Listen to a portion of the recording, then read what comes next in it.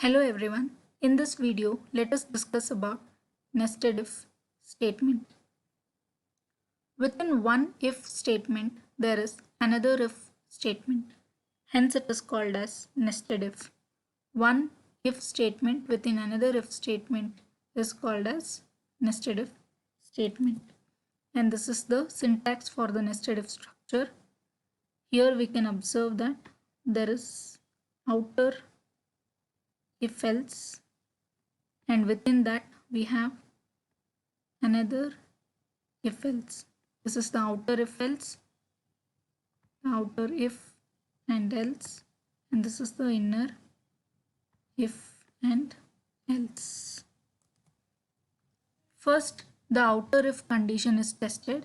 If this condition is true, then it enters the if block, and then the statements within that gets executed, and the condition within the if, that is the inner if condition, gets tested. If this condition is true, then the block of statements within the if gets executed. If this condition is false, then it will go to the else part and executes the statements within the inner else. This is the inner else, and this is outer if, inner if. If suppose the condition in the outer if itself is false, then it will directly jump this if and goes to the outer else part, and statements within this gets executed. Within the else block also you can have one more if else. Similarly, what we have here within the if block, outer if block, you can have one more if else within this outer else block. This is how the nested if works. We just now saw the syntax for nested if structure. Let's see a simple example. This is the main method, and I have taken two variables a and b and initialized them with the values 10 and 20. This is the outer if and this is the inner if. Within the outer if condition, I am checking if a is equal to 10, and within the inner if I am checking if b is equal to 20. Once the outer if condition is true, it will enter into the block of statements within that if, so that the inner if condition is tested, and if this condition is also true, then the statement within the inner if block gets executed. That is, this statement gets executed. If the condition in the outer if itself is false, then it will directly come out of the if structure and executes the next statement in the program. If this condition is true and this condition is false, then also this statement won't be executed. This statement is executed only when both the conditions are satisfied. Otherwise, it will come out of the if structure and then it will print the exact values of a and b. This is the flowchart for the nested if structure. Just for understanding purpose, I have taken the syntax also beside the flowchart. This is the first condition, that is the outer if condition. Here in the syntax, we can see that this is the outer if structure and this is the outer if, outer else. Within the outer if part, we have one more if else structure. This is the inner if else within the outer if, and here within the outer else we have one more if else. This is the inner if else within the outer else. Same way here, the first condition within the outer if is tested. If it is true, if the condition is true, it enters the inner if else that is present within the outer if, that is this part. gets executed. Here, if it is true, condition is true, there is one more if else. This one, this part is shown by this in the flowchart. If the outer if condition is true, it enters the inner if else. The inner if condition is tested. This condition is tested. If it is true, the block of statements within that inner if gets executed. That is this statements. If the inner if condition is true, this gets executed. If it is false, the inner else part, these statements gets executed. That is else part of the inner if gets executed. If the outer if is true and inner if is true, then this gets executed.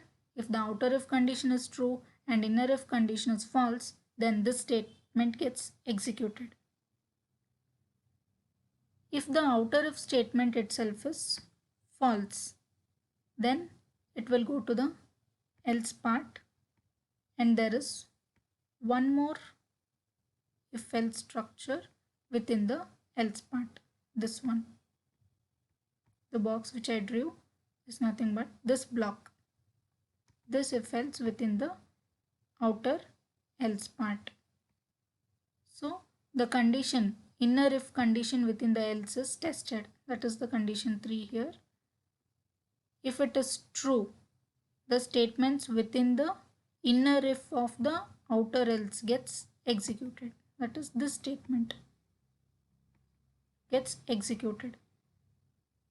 If this condition is false, then the else part, inner else of the outer else, these statements get executed. That is this. If the outer if condition is true and the inner if condition is also true, the statement block 1 gets executed. Let's suppose consider this is statement block 1, 2, 3, 4. So when this statement block 1 gets executed, when outer if condition and the inner if condition is true, this statement block gets executed. When outer if is true and inner if condition is false, then statement block 2 gets executed.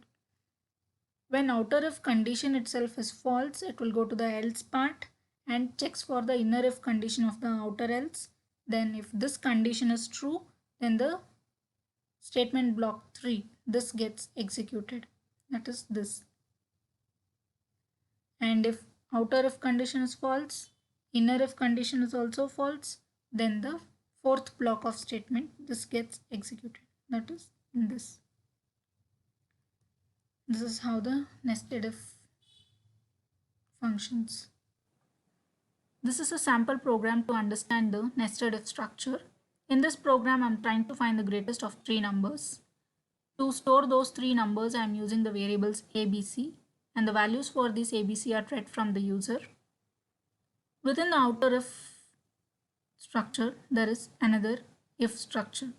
So, if within another if is known as nested if. Coming to the program to find the greatest of 3 numbers. First, in the outer if, I'm trying to check a condition if A greater than or equal to B. If this condition is satisfied, that means B is smaller than A. A greater than or equal to B is true means B is smaller than A. So B cannot be greatest among the 3 numbers. So B cannot be greatest among the 3 numbers if this condition is satisfied. So the remaining option is either A can be greatest or C can be greatest. To check which is greatest among these two, I have the inner if structure where I will check A greater than or equal to C. If this condition is satisfied, I will say A is greatest, else C is greatest. It is easy to understand this statement because if A is greater than or equal to B and A is greater than or equal to C, then obviously A is greatest among all the 3 numbers. But understand this statement by checking this condition.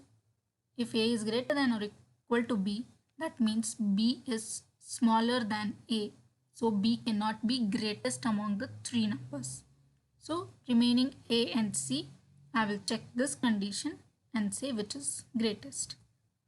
What if the situation where B is greatest? At that time this condition becomes false. A will not be greater than B, so it will go to the else part. So if A is not greater than or equal to B, that means B is greater than A. So A cannot be greatest among the three numbers. When this condition is unsatisfied, that is, this condition becomes false, I will rule out A to be greatest among the three numbers, and the remaining option is B and C. So from this inner if structure, I will check the condition which among B and C which is the greatest.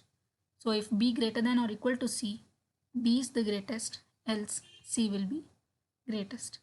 When this condition A greater than or equal to B is false, that means A is smaller than B, B is greater, so it will come to the else part. So A cannot be greatest. Among B and C, this condition decides which is the greatest. So let us run this program.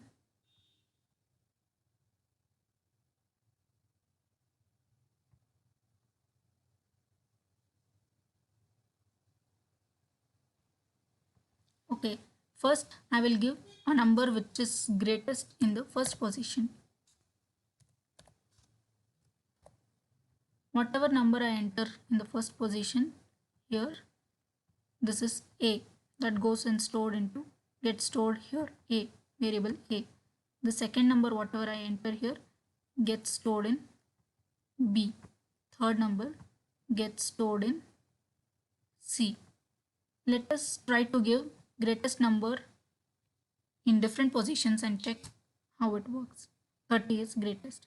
When I gave 30 in the first position, it is able to identify which is the greatest among the three numbers. Let me run this program again and try to give a greatest value for the variable B. Now suppose I will try to give greatest value for B.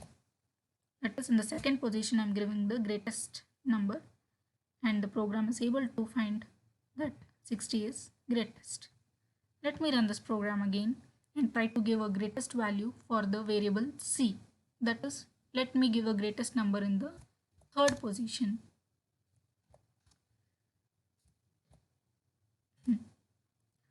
80 is greatest. So whether the greatest number is A, B or C, the program is able to predict.